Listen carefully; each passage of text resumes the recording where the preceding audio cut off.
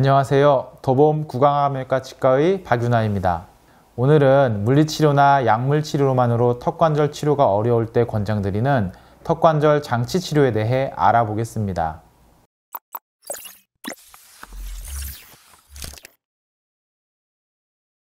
턱관절 장애를 치료하기 위한 유용한 방법 중 하나는 바로 장치 치료입니다. 이러한 턱관절 장애에 대한 장치 치료를 스플린트라고도 하는데요.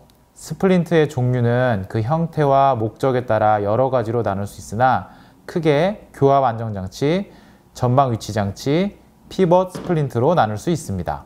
이 중 교합 안정장치는 교합의 안정을 유도함과 동시에 불균등한 접촉에 의해 생기는 근의 긴장과 부조화를 개선하고 하악을 안정위로 유도하여 이상적인 하악도의 위치 회복을 목적으로 가장 많이 이용되고 있습니다. 물론 턱관절 장애를 겪는 모든 환자분들이 장치를 꼭 착용해야 하는 것은 아닙니다. 턱관절 장치는 개구장애, 턱관절 염증이 심한 경우, 턱관절의 디스크 변형, 턱관절 과도의 골 변화, 만성 턱관절 장애가 있으면 권장드리고 있습니다. 특히 이악물기나 이갈이 같은 나쁜 습관이 있는 환자분들의 경우 밤 동안 턱 주변 근육의 자극을 많이 받기 때문에 물리치료나 약물치료만으로는 턱관절 치료가 어려운 경우가 종종 있습니다. 따라서 이런 분들은 더 적극적인 치료 방법인 스플린트를 사용하여 치료를 진행해야 합니다. 장치 치료 기간은 환자분의 상태에 따라 달라집니다. 짧으면 수주에서 종료하는 경우도 있지만 턱관절 장애의 원인이 강하다든지 재발이 잦은 경우에는 지속적으로 착용하는 경우도 있습니다. 특히 장치 치료를 하는 경우에는 주기적으로 의료진의 체크를 꼭 받아야 하며 이때 교합의 이상 유무를 확인하고 장치를 조절하여 사용하는 것이 매우 중요합니다. 턱관절 장치 치료를 할 때 일반적으로 교합 안정장치가 가장 많이 사용되지만 이 한 가지 장치가 모든 증상의 치료법이 될 수는 없습니다. 그러므로 이번에는 교합 안정장치뿐만 아니라 턱관절 장애에 사용되는 다양한 장치들을 알려드리도록 하겠습니다. 첫 번째, 교합 안정장치는 턱관절 질환에 가장 흔하게 사용되는 장치입니다. 상하 치열의 어느 쪽이든 한쪽의 교합면을 전체에 걸쳐 피복하는 전치열형 스플린트로서 균등한 치아 접촉을 부여하고 턱관절의 안정을 얻는 것을 목적으로 합니다. 교합력의 분산으로 인한 턱관절의 안정화와 이상자극 전달의 차단 효과를 발휘합니다. 장착 시 교합 고경은 안정위를 넘지 않도록 합니다. 턱관절과 저작근을 안정시켜 통증 및 염증을 완화하고 구강악습관에 의한 턱의 불편감을 개선할 수 있습니다.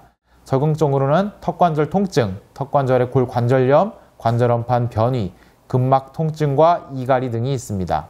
두 번째, 전방 위치장치가 있습니다. 턱관절에서의 하악 과두와 디스크의 위치 이상을 정복하기 위한 스플린트입니다. 디스크의 전이로 인해 개구장애가 생기거나 개폐굿이 잡음이 있는 경우 디스크를 원위치시키는 것을 돕고 잡음을 줄이는 데 이용됩니다.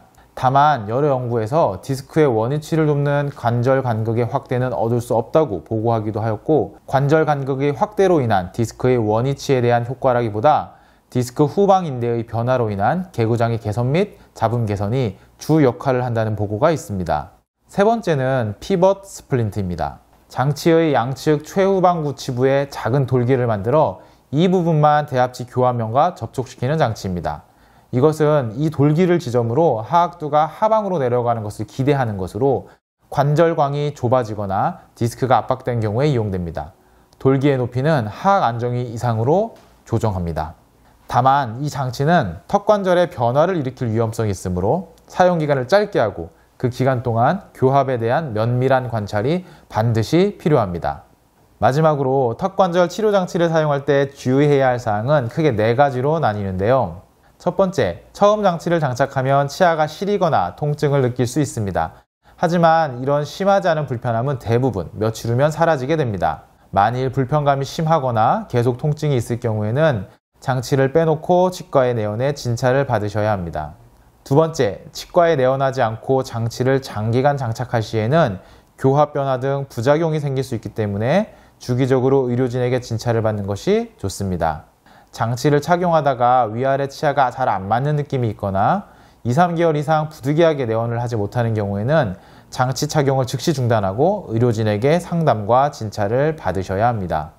세 번째, 장치를 사용하고 있을 때는 의식적으로 장치를 물지 말고 턱에 힘을 뺀 채 자연스러운 상태를 유지하셔야 합니다. 또 장치를 끼고 있지 않을 때에는 상온의 물에 담가 보관하시면 됩니다. 마지막으로 장치는 흐르는 물에 칫솔로 매일 깨끗이 닦아 사용하셔야 하며 일주일에 한 번은 소독을 해주시는 것이 좋습니다. 장치가 열에 의해 변형이 될 수 있기 때문에 물에 끓여 소독을 하는 것이 아닌 의치세정제를 이용하여 소독을 진행해 주시면 됩니다. 지금까지 턱관절 장애의 장치 치료에 대해 알아보았습니다. 턱관절 장애는 장치 치료 이외에도 물리치료, 약물치료, 주사치료, 보철 및 교정치료 등 다양한 치료 방법이 있으므로 턱관절 장애 환자분들께서는 정밀검사 및 전문의와 충분한 상담을 통해 적절한 치료 계획을 세우시길 바랍니다. 더 궁금한 점이 있다면 댓글로 남겨주시면 친절하게 답변해 드리겠습니다. 지금까지 더봄 구강암면외과 치과의원의 박윤아였습니다. 시청해 주셔서 감사합니다.